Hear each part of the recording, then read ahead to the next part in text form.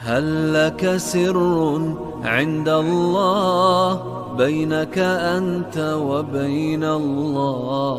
هل لك صدقات تخفى لا يعلمها إلا الله؟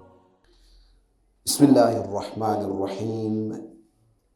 الحمد لله رب العالمين، بارئ الخلائق أجمعين، باعث الأنبياء والمرسلين، ثم الصلاة والسلام على حبيب قلوبنا وشفيع ذنوبنا المصطفى أبي القاسم محمد. اللهم صل على محمد وعلى أهل بيته الطيبين الطاهرين الميامين المنتجبين الذين أذهب الله عنهم الرجس وطهرهم تطهيرا. اللهم صل على محمد. واللعنة الدائمة الأبدية على أعدائهم إلى يوم الدين، آمين رب العالمين. يقول الله عز وجل في قرآنه المجيد: بسم الله الرحمن الرحيم. يا أيها الذين آمنوا إن تنصروا الله ينصركم ويثبت أقدامكم. ويقول رسول الله صلى الله عليه وآله: حسين مصباح الهدى وسفينة النجاة، صدق الله العلي العظيم وصدق نبيه الكريم. وبعد. Ndugu zangu vipenzi wa Ahlul Baiti alayhi wassalam, assalamu alaykum wa rahmatullahi wa barakatuh.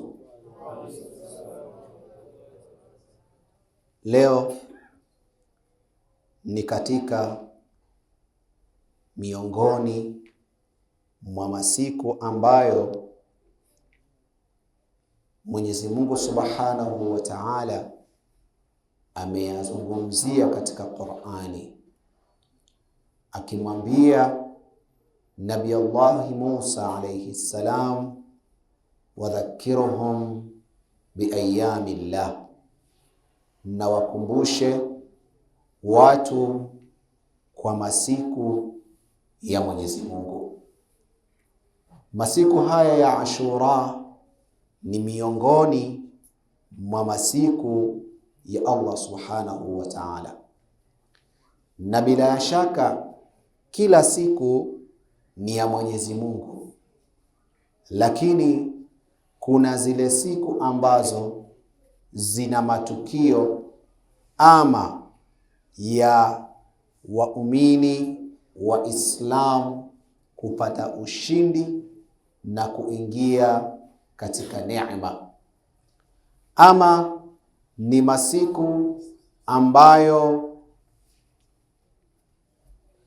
anahaliki na kuangamia adui wa Mwenyezi Mungu.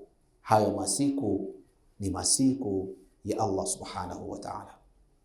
Na leo ikiwa ni usiku wa 7, usiku ambao al-Imam al-Husaini alayhi salam anaendelea kupoteza ndugu zake mmoja baada ya mwingine, anaendelea kupoteza jamaa zake mmoja baada ya mwingine, kwa lengo la kutimiza ahadi ya Mwenyezi Mungu Subhanahu wa Ta'ala na ahadi ya mtume, kwa lengo la kuhakikisha yale masiku ya Mwenyezi Mungu Subhanahu wa Ta'ala yanajulikana. Na siku za nyuma za masiku haya wamezungumza makhutaba wazuri, wamezungumza mengi mazuri, na tulishaelezwa mambo mbalimbali kuhusiana na Abi Abdullah al-Husaini alayhi salam. Lakini mimi mazungumzo yangu ya siku ya leo yatajikita katika nusra ya Mwenyezi Mungu Subhanahu wa Ta'ala kwa Uislamu kwa kupitia kuuawa kwa al-Imam al-Hussein. Na mazungumzo haya yatakuwa na swali ambalo tutakuja kulijibu linalosema, kwa nini Mwenyezi Mungu Subhanahu wa Ta'ala hakuingilia kati katika kumnusuru Hussein asiuawe yeye na watoto wake, yeye na jamaa zake? Kwa sababu hili ni swali ambalo kila mtu linaweza kumpitikia na linaweza kumjia akilini, na wengi wasiokuwa wafuasi wa Ahlul Bait alayhimus salam huwa wanajaribu kuuliza swali kama hili.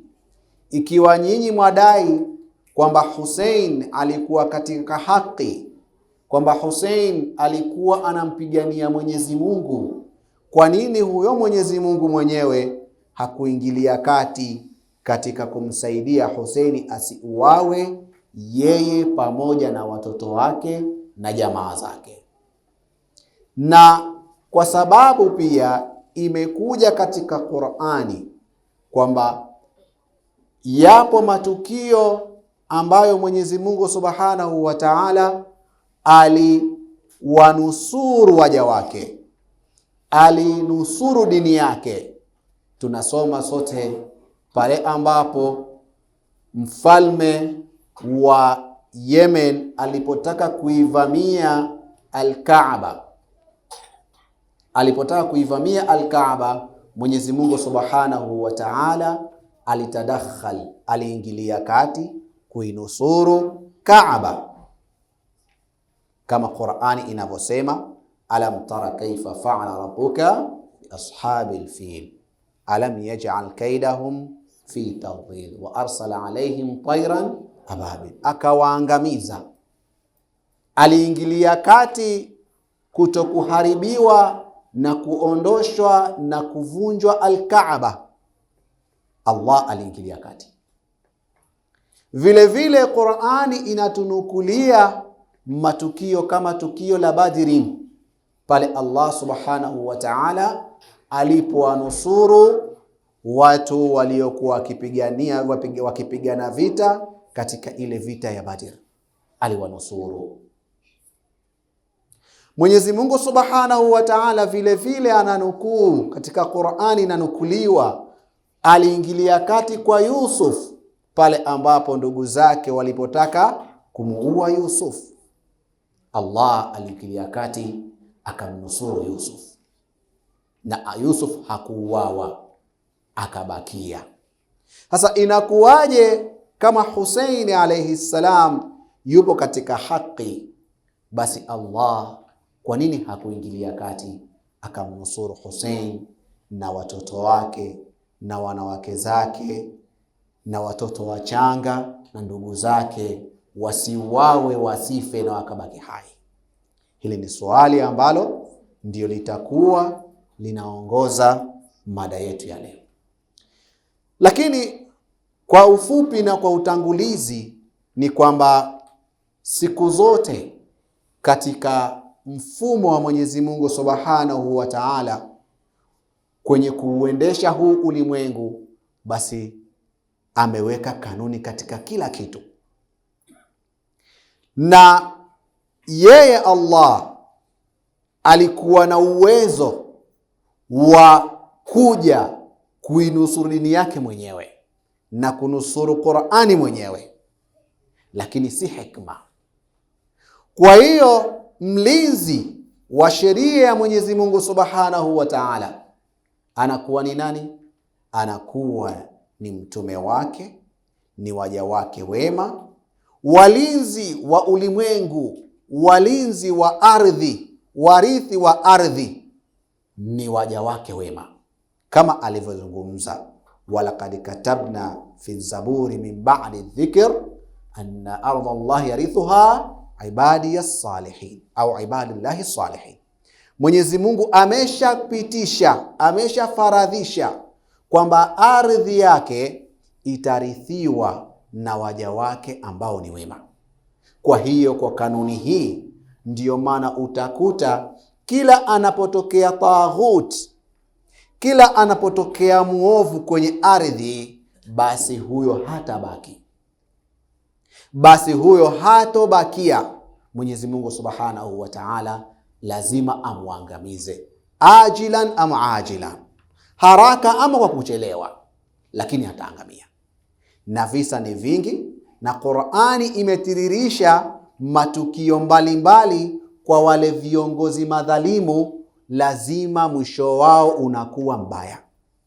Tunasoma Qur'ani ikizungumza watu wa Thamud, watu wa Adi, wa amma Thamuda fa uhliku bitaghiya, watu wale ambao waliokuwa wakisikia kwamba Waislamu wakifa wanakwenda peponi, na wao wakaamua kutengeneza pepo yao.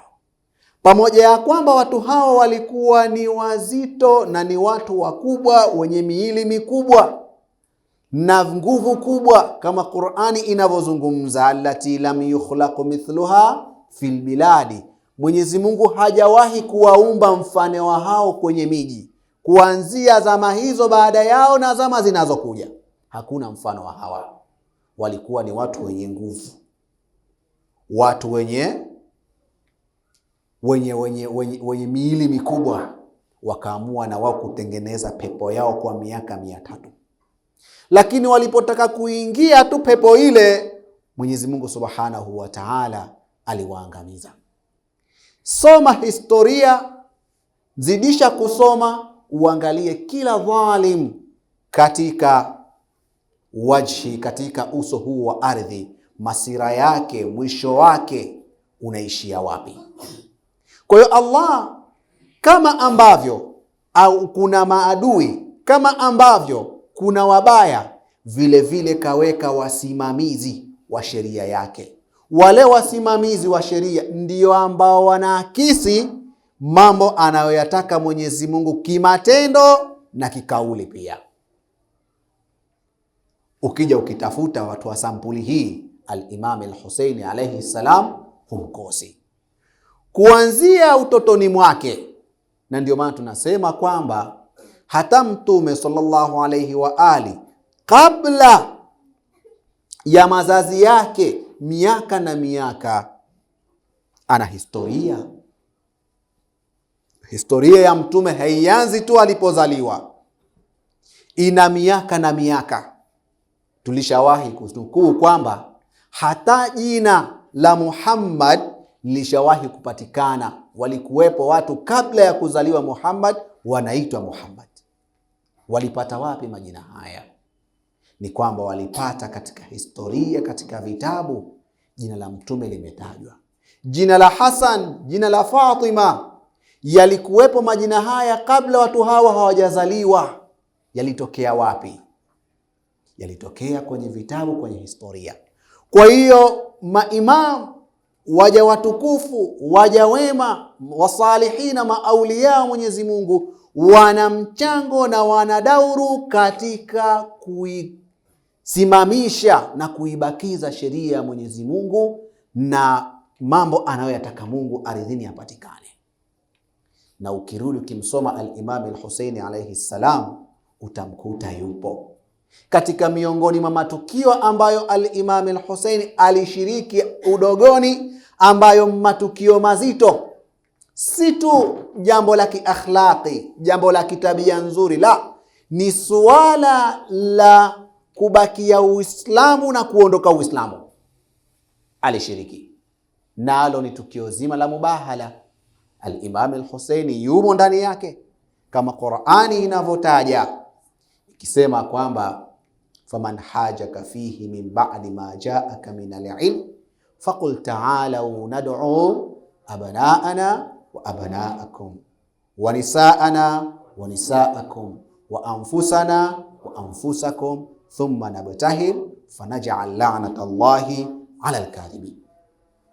Hii aya ilipoteremka, haikuteremka kwa lengo la kuthibitisha akhlaq au tabia ya Mtume, tabia ya Ahlul Bait, la, iliteremka, lengo ni kuthibitisha dini ya Mwenyezi Mungu, kubaki au kuondoka. Na pale ambapo ilipokithiri fasadi ambayo ni fasadi ya kiitikadi, uharibifu wa kiitikadi, na ambao ni uharibifu mbaya sana, Allah subhanahu wa ta'ala ametukataza kumfanya mja wake katika waja wake ni watoto wake. Allah hana mtoto. Ni suala ambalo linaenda kwenye moja kwa moja kwenye fikra ya mwanadamu. Akishaitikadia kwamba Mwenyezi Mungu ana mtoto, kuna mtiririko wa mambo mabaya ambayo yanaweza yakafuatia hapo, kama tunavyoona baadhi ya watu ambao wanaitikadi kama hizi, tabia mbalimbali zinazokuja ni kama vile kuabudu masanamu au kuitakidi kwamba masanamu ni waungu, au kufanyana sisi kwa sisi ni waungu, kuabudiana wao kwa wao. Ni jambo baya, Allah lilikataza, kwa sababu akili ikishaharibika, fikra ikishaharibika, hata matendo yanakuwa hayana maana. Sawa sawa na mtu pale anaposwali akikusudia kumuonyesha mtu mwingine, akili yake inamuongoza kwamba mimi namuonesha fulani kwa sababu naswali. Hayo matendo hayana maana. Ni sawa sawa na mtu ambaye anafunga lakini haamini uwepo wa Mwenyezi Mungu. Fikrani, kwenye fikra yake hana imani juu ya Mwenyezi Mungu. Hiyo swala yake, hiyo funga yake haina maana, kwa sababu fikra ni chini, fikra yake sio sahihi. Kwa hiyo aya hii ilipoteremka, Allah subhanahu wa ta'ala akamtaka mtume awachukue watoto. Mwenyezi Mungu subhanahu wa ta'ala hakutaja mtoto mmoja au watoto wawili, kataja watoto wengi. Abnaana, watoto wengi. Lakini mtume alichukua watoto wangapi? Wawili, ambao hawa watoto wawili walikuwa wanatosheleza kwa watoto wote wa Madina, kwa watoto wote wa Maka wanatosheleza. Lau kama wasingekuwepo wao, wakawepo mbadala wao, wote wa Maka na Madina wasingetosheleza kuthibitisha jambo hili, bali hawa wawili tu. Katika wanawake akachukua Fatima, katika nafsi akamchukua Ali. Hapako watoto wawili. Hawa watoto wawili, mmoja alikuwa ni Hassan, mwingine alikuwa ni Hussein alayhi salam. Siku ile, lau kama yale maapizano yangepita, lau kama mtume angeshindwa, basi ingekuwa ndio kushindwa kwa nini? Kwa Uislamu. Vile vile maapizano yale kutokupita na mtume kushinda, ndio kushinda kwa nini? Kwa Uislamu. Kwa tukiunganisha tunapata ya kwamba Hussein ni mchango katika kuthibiti kuwepo sheria ya Mwenyezi Mungu na Uislamu kwa ujumla. Kwa hiyo haijaanza tu ndani ya wapi? Ndani ya Karbala. Imeanza kuanzia wapi? Kuanzia utotoni mwake. Abu Abdullah al-Hussein alayhi salam anao mchango mkubwa katika hii dini, bali ni katika wasimamizi. Na ndiyo maana Mtume sallallahu alayhi wa alihi wasallam akamshika Hassan kulia kwa sababu Hassan ni imam, akamshika na Hussein kushoto kwa sababu Hussein anafuatia baada ya Hassan, akaenda nao, kwa sababu wasipokuwepo wao jambo lile lisingethibiti, na wale wa Kristo wasingeogopa lau kama wangeenda wengine. Baada ya kuwaona watu wale watano, maneno maarufu ambayo hayatajwi, na kama yakitajwa yanatajwa tu hivi hali ipite pawe shwari, wakasema inna nara wujuhan, hakika sisi tunaona nyuso. Lau talabat min Allah au lau da'at min Allah ala an yazula aljabal la zala, lau kama zingeomba nyuso hizi kwa Mwenyezi Mungu subhanahu wa ta'ala ili mlima auondoe, basi mlima ungeondoka, ungeporomoka kupitia nyuso hizi. Miongoni mwa hizo nyuso kuna Abi Abdullah al-Husayn alayhi salam.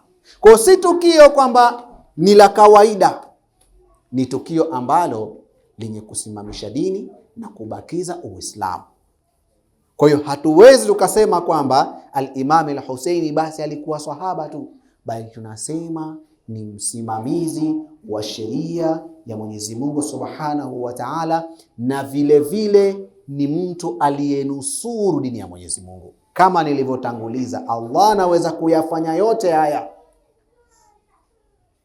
yote anaweza kuyafanya mwenyewe, lakini kwenye Qur'ani anasema Bismillahirrahmanirrahim, ya ayyuhalladhina amanu in tansurullaha yansurukum, mkimnusuru Mwenyezi Mungu Subhanahu wa Ta'ala na yeye atakunusuruni.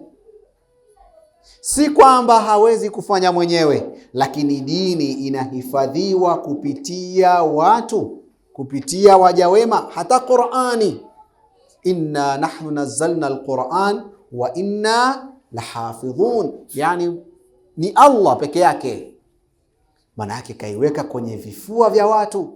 Leo ukisoma Qur'ani ukikosea tu mbele za watu waliosoma Qur'ani, moja kwa moja utafanya nini? Utakosolewa, utaambiwa aya hiyo haisomwi hivyo. Jaribu tu kusimama msikitini kasome aya ukosee, kila mmoja ataukosoa. Kwa nini? Allah kaijalia hii Qur'ani ipo kwenye vifua vya watu. Leo ukimtaja mtume vibaya, ukimtukana mtume vibaya, ukamtukana mtume, ukamwongelea mtume vibaya, watu wote, Waislamu wote watasimama dhidi yako. Kwa nini? Kwa sababu Allah Subhanahu wa Ta'ala amemfanya mtume amebakia kwenye vifua vya watu, amemnusuru mtume kupitia watu. Kwa hiyo hawa Ahlul Baiti alayhimus salam, wao ndio wasimamizi wa sheria, wao ndio wasimamizi wa dini, kwa maana ya kwamba kupitia maneno yao tunajifunza na kupitia vitendo vyao pia tunajifunza. Ikitokea kuna hali, kuna wakati wa kumnusuru Mwenyezi Mungu Subhanahu wa Ta'ala, basi wao huanza, wao wanakuwa wa mwanzo. Na ndio maana unakuta vita vingi ambavyo Waislamu walipigana, mtume anakuwa yumo ndani, anakuwa yupo. Na kauli ya mtume na vitendo vya mtume ni mafunzo. Kwa hiyo sisi kama Waislamu lazima tuige haya, lazima tufuate kauli na tufuate na vitendo. Miongoni mwa kauli za mtume ni kutuhusia sisi, ni pale alipotuhusia juu ya kuhuisha majalisi kama haya, kuhuisha matukio kama haya, kuendeleza haya mambo, kwa sababu ni katika mambo ambayo yalikuja na yalitokea kwa ajili ya kunusuriwa Mwenyezi Mungu Subhanahu wa Ta'ala. Sasa kama aya inavyosema, in tansurullaha yansurukum, mkimnusuru Mwenyezi Mungu anakunusuruni. Swali linarudi pale pale, kwa nini Mwenyezi Mungu Subhanahu wa Ta'ala hakuingilia kati kwa al-Imam al-Husaini pamoja na watoto wake, pamoja na jamaa zake? Kwa sababu siku ile au masiku haya ya Ashura ni katika masiku ambayo ni afsha'il ayyam, ni katika siku mbaya ambazo ziliwatokea Ahlul Baiti alayhimus salam. Hata baadhi ya manabii kweli waliuawa, lakini hawakuuawa kama alivyouawa al-Imam al-Husain.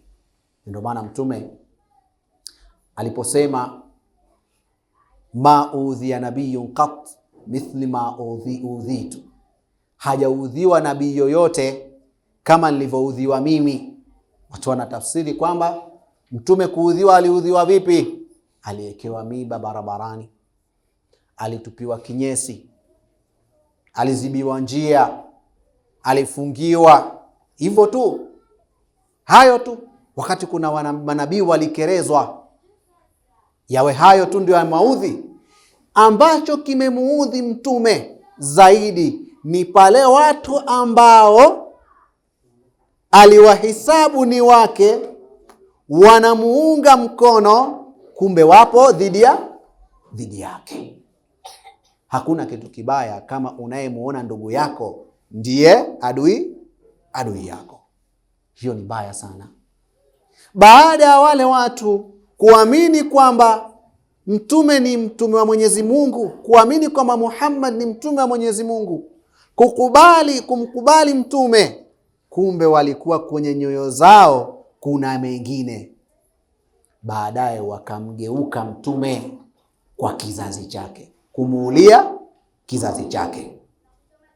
Hili ndo katika mambo ambayo yamemuudhi mtume sallallahu alaihi wa alihi wasallam.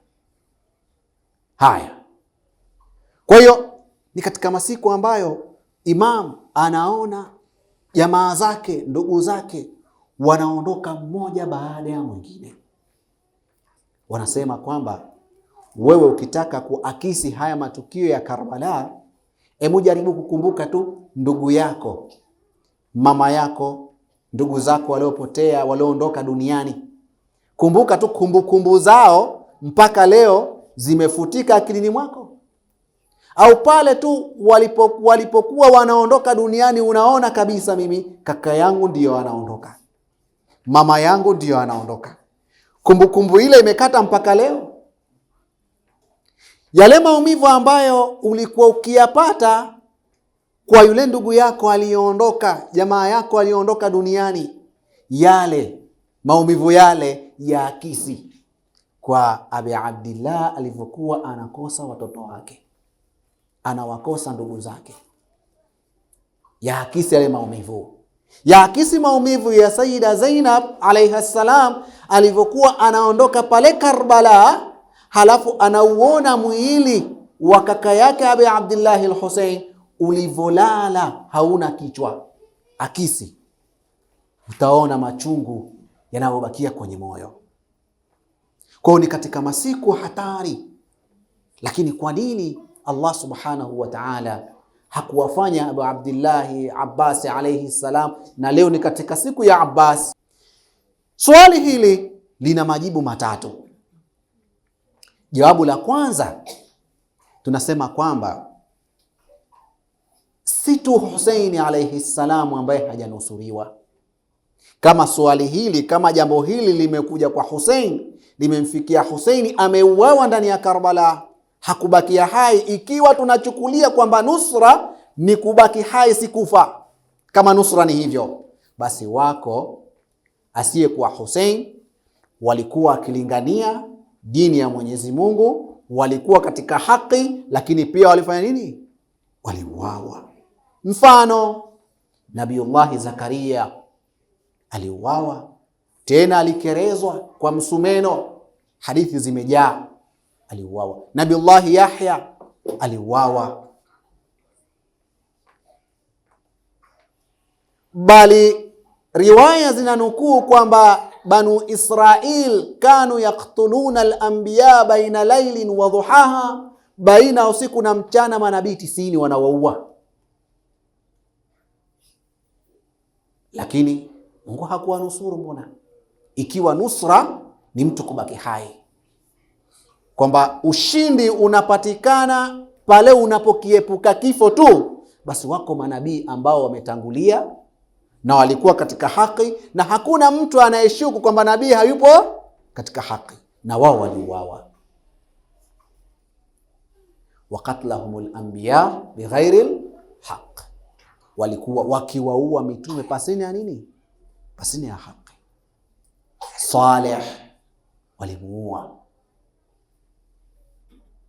Sio hivyo tu, ukija katika matukio ya ndani ya Uislamu, kunao masahaba walikuwa pamoja na mtume, waliuawa. Akina Hamza waliuawa. Kuna ambaye anashuku kwamba Hamza hakuwa katika haki, lakini mbona aliuawa? Ukija upande wa pili, kuna anayedai ni khalifa wa pili, tunaambiwa alichomwa kisu, aliuawa, na hakuna kati ya wao atakayekataa kwamba hakuwa katika haki, lakini pia alifanya nini? Aliuawa. Mbona Mwenyezi Mungu Subhanahu wa Ta'ala hakuzuia kile kisu kisiingie? Bali hata ukija ukitafuta Kwa sababu gani mtume aliuawa? Utaambiwa aliuawa kwa sumu. Sumu hiyo alipewa wapi? Alipewa na mwanamke wa Kiyahudi katika vita. Lakini mbona Mwenyezi Mungu Subhanahu wa Ta'ala hakuizuia sumu ile isimuathiri mtume? Na mtume akauawa kwa nini? Kwa sumu. Kwa hiyo ushindi si kuepuka nini? Kifo. Si kuepuka kifo. Jawabu la pili, kila pale ambapo mtu anazidi kupanda daraja, na ndiyo mtihani unakuwa mkubwa. Hata katika maisha yetu ya kawaida, katika kusoma, kila pale unapopanda darasa, unapozidisha elimu, na mtihani unakuwa ni mkubwa. Na ashaddu nasi balaan, watu ambao wana mitihani zaidi ni maaulia wa Mwenyezi Mungu, ni manabii wa Mwenyezi Mungu, ndo anakuwa katika mitihani. Kila unapozidi daraja ya ucha Mungu, unapozidi kuwa na takwa, na mitihani inakuwa ni mingi. Na hili hawajaepushwa nalo manabii wala maimamu wala waja wema. Al-Hussein lam yustathna min hadhihi al-qa'ida. Hussein hajatolewa kwenye kanuni hii. Tunasoma katika Qur'ani, Nabii Allah Ibrahim alipewa mtihani, wa idh ibtala Ibrahima rabbuhu kalimatin fa atammahunna qala inni ja'iluka lin-nasi imama. Alimpa Mwenyezi Mungu, alimpa Ibrahimu mtihani wa kumchinja mwanae. Alipofaulu mtihani ule, Mwenyezi Mungu alifanya nini? Alimpandisha cheo, akamwambia tumekujalia wewe ni katika maimamu wa watu. Alimpa mtihani. Kwa hiyo kadiri ambavyo imani inakuwa, kadiri ambavyo daraja inapanda, na mtihani unaongezeka. Kwa hiyo Abu Abdullah al-Husaini alayhi salam kuuawa ndani ya ardhi ya Karbala ni mtihani. Na tunasoma historia pale ambapo al-Imam al-Husaini anataka kutoka Madina kuelekea Makka, kisha kutoka Makka kuja ardhi ya Karbala, alisimulia akasema, alisemaje? Mimi nimemuona mtume, kamuona mtume kwenye njozi, akimwambia ya bunayya, ewe mtoto wangu, inna laka inda Allah maqaman, una cheo kwa Mwenyezi Mungu, lan tanalahu illa bishahada, una cheo kwa Mwenyezi Mungu, hutokipata cheo hicho isipokuwa kwa nini? Kwa shahada, kwa kuuawa. Kwa cheo cha Abu Abdullah al-Husaini alayhi salam kilipanda kwa kupitia kufaulu mtihani ule, kuwa chini ya kanuni za Mwenyezi Mungu, kukubali matakwa ya Mwenyezi Mungu Subhanahu wa Ta'ala. Na tuna maneno tunasema sisi wafuasi al-Baiti, iradatullah iradatul ma'sum. Matakwa ya Mwenyezi Mungu ndio matakwa ya nani? Ya ma'sum. Pale Mwenyezi Mungu anapotaka lake, wasallimu taslima. Unaona hata mtume pindi alipokuwa anataka kuondoka duniani, Mwenyezi Mungu Subhanahu wa Ta'ala alipomtuma malaika wa kutoa roho, alikhairishwa, aliambiwa chagua baina albaqa wal maut, baina kubaki na kufa. Mtume akachagua kuondoka.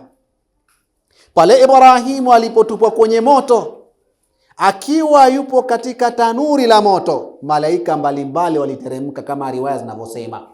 Kila malaika anamwambia, mimi nina uwezo wa kuuzima huu moto, mimi nina uwezo wa kugeuza hii ardhi kuwa juu chini. Ibrahimu akasema, man ya'lamu hali yakfini bisuali, anayejua hali yangu, anayeona hali yangu, ananitosheleza mimi kumuuliza, kumuomba, sio nyinyi.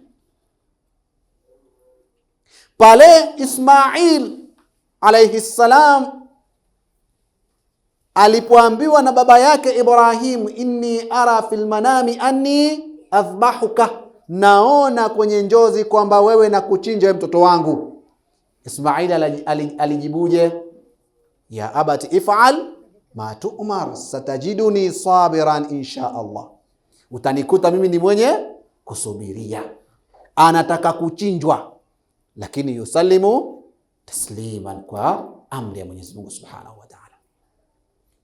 Kwa hiyo kwa Abi Abdullah al-Husaini alayhi salam sio tofauti, bali ni kujisalimisha kwa amri ya Mwenyezi Mungu Subhanahu wa Ta'ala, na kupitia shahada ndiyo amepata maqam mpaka leo, mpaka na zama zijazo, mpaka kiyama.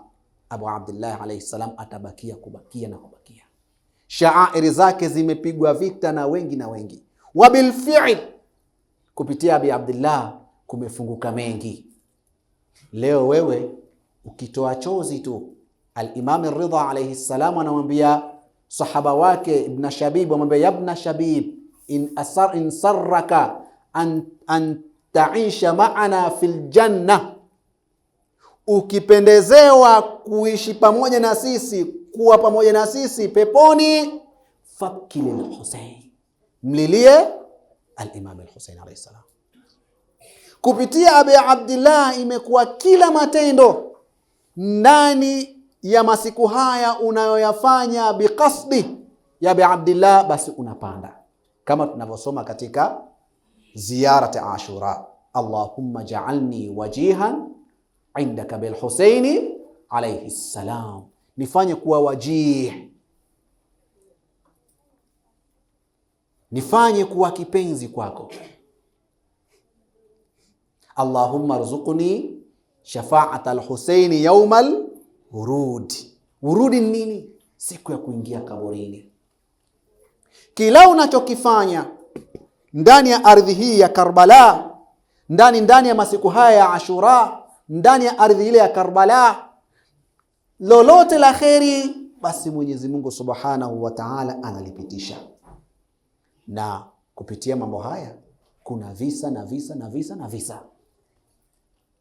Na nukuu kisa kimoja, na malizia jawabu la mwisho. Inanukuliwa kwamba pale Karbala zamani watu walikuwa wakizikana kwenye dharih, pembezoni mwa dharih ya Abi Abdullah al-Husayn. Na itambulike kwamba ukiona ile dharihi ya al-Imam al-Husayn juu, lile sio kaburi lake liko chini huko. Hasa mara moja kuna mwanamke alifariki. Zama hizo ilikuwa kwenda kumzika, anaingia mtu mmoja tu anaenda kumzika, kwa sababu ni sehemu kama sirdabu, kuna uchochoro tu unaingia unaenda kuzika huko. Kwa kuna mama alifariki. Alipofariki mama yule, watu wakaswalia maiti, akamchukua mzee katika wazee ambao walikuwa wanasimamia mazishi, akashuka na yule maiti kule kwenda kumzika. Wakati anashuka akabaki muda mrefu huko ndani, mpaka watu wakaulizana, mbona kachelewa? Muda umekwenda, kuna nini? Ikabidi sasa ashuke mwingine kwenda kumwangalia. Aliposhuka alimkuta kazimia. Ikabidi amzindue. Kumzindua, akamaliza kuzika, akaja juu. Kuja juu akasema, nawataka watoto wa huyu mama, nawataka watoto wa huyu mama. Wakaitwa, wakaja, akawauliza, mama yenu ni jambo gani alilokuwa analifanya? Kwa nini mzee? Asema, nimeshuka kaburini kwenda kumzika huko, nimekuta kuna watu wananipokea jeneza lake, nuru zinanipokea. Ana jambo gani alilofanya? Ana swali salatul laili sana. Sema, la, mama yetu hakuwa mwenye kuswali wa salatul laili sana. Alichokuwa anakifanya mara nyingi siku za Muharram ukifika, alikuwa na tabia kabla ya Muharram anaandaa shamba la mboga, anapanda mboga. Kule kwa wenzetu wanakula mboga mboga mbichi hizi, kabichi nini, wanakula. Anaandaa mboga mboga, matunda anaandaa. Ikifika Muharram watu wanapita, wale wanaokwenda kwa Abi Abdullah, anapanga pale, watu wanapita, wanachukua, wanakula. Hilo tu ndio alikuwa akilifanya, hilo tu peke yake. Sasa hilo ndilo ambalo lililomfanya akawa hivi. Visa ni vingi. Tunaye Hurrul Amili aliyekuwa akiongoza jeshi la Yazid kumpiga Abi Abdullah al-Husayn, lakini alipojitambua na kurudi akamwambia Umar bin Saad, amuqatilu anta hadha ar-rajul, je, unataka kumuua huyo Husayn? Umar bin Saad akasema qitalan shadida, nataka kumuua, nataka kupambana naye vibaya. Hurru akasema fa inni ukhayyu nafsi baina al-jannati wan-nar wala akhtar an-nar, mimi naichagulisha nafsi yangu baina ya moto na pepo na sitachagua moto kamwe. Akatoka na farasi wake akakimbia akaelekea kwa Abi Abdullah al-Husayn alayhi salam, akimwambia ana ja'ja'atu nisaak, ana rawa'atu abna'ak, mimi nimewahofisha mabinti zako, watoto zako, fahal min tauba, kasida maarufu, je kuna toba? Abi Abdullah akamshika kichwa akamwambia anta hurrun kama samatka ummuk hurran, wewe ni huru kama kuanzia leo wewe ni huru. Walidhalik al-Imam al-Husaini kwa lakabu nyingine anaitwa nani? Abal Ahrar, baba wa watu ambao wanataka nini? Wanataka uhuru. Wamkimbilia Abi Abdullah al-Husaini. Yule mshairi Sharif al-Radhawi ambaye amekusanya kitabu cha Nahjul Balagha, alikuwa hajawahi kumzuru Abi Abdullah miaka yake yote. Watu wanamwambia, kwa nini huendi kumzuru al-Imam al-Husayn? Akasema, mimi ni siku nitakao mzuru al-Imam al-Husayn ndio siku yangu ya mwisho.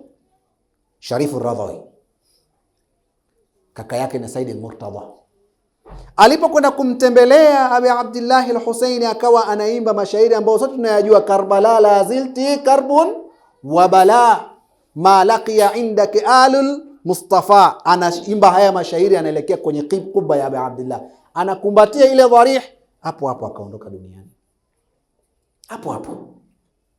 Na leo ana maqam anazuriwa, Huru leo ana maqam anazuriwa. Kwa Ahlul Bait kila kilichoshiriki basi hakijapotea. Yule kichanga Ruqayya aliyeuawa ana maqam, ana kaburu yuzar, ana kaburi linatembelewa mpaka leo.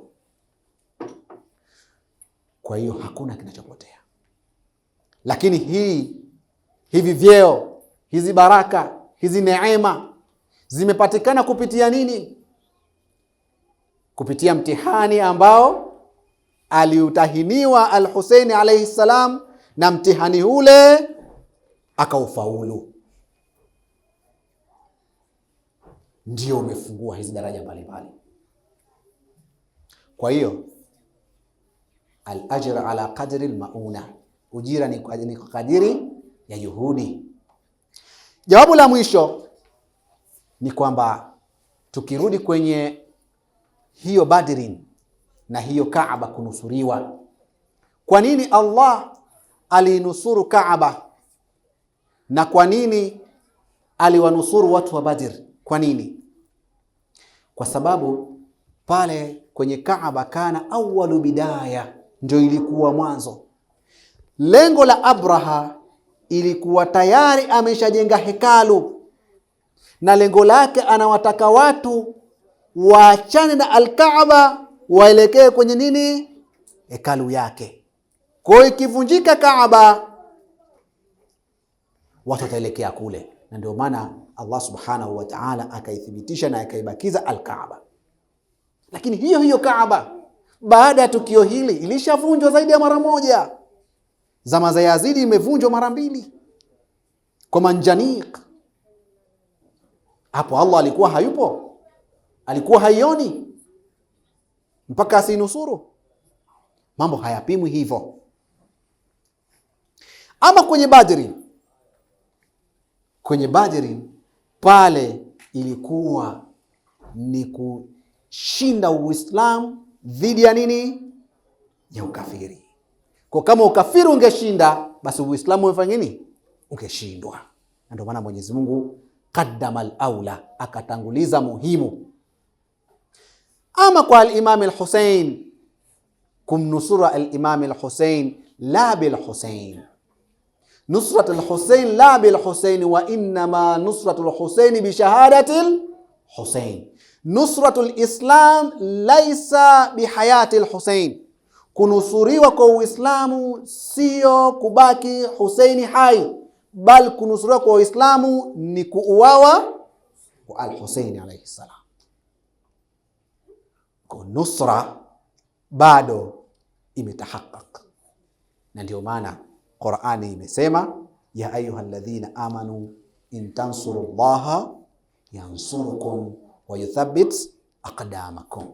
Mkimnusuru Mwenyezi Mungu atakunusuruni na mtaendelea, mtathibitishwa miguu yenu, kwa maana ya kwamba mtaendelea kubaki wadhatiti. Na leo ndio ushindi, ndio kalima inayoita, inayong'ara haihata minna dhilla kila sehemu. Leo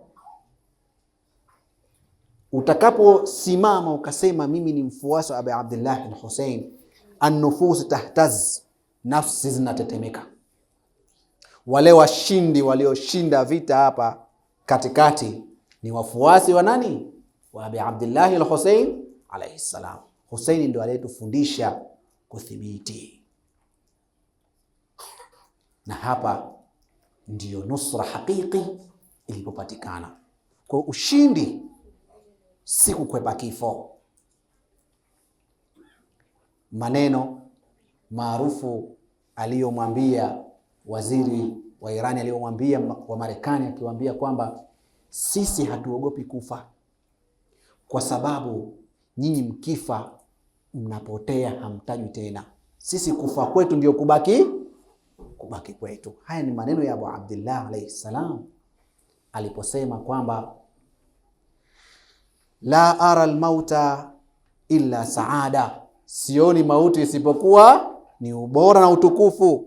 Wal hayata ma'a adh-dhalimina illa barama, na maisha na kuishi na madhalimu ni udhalili.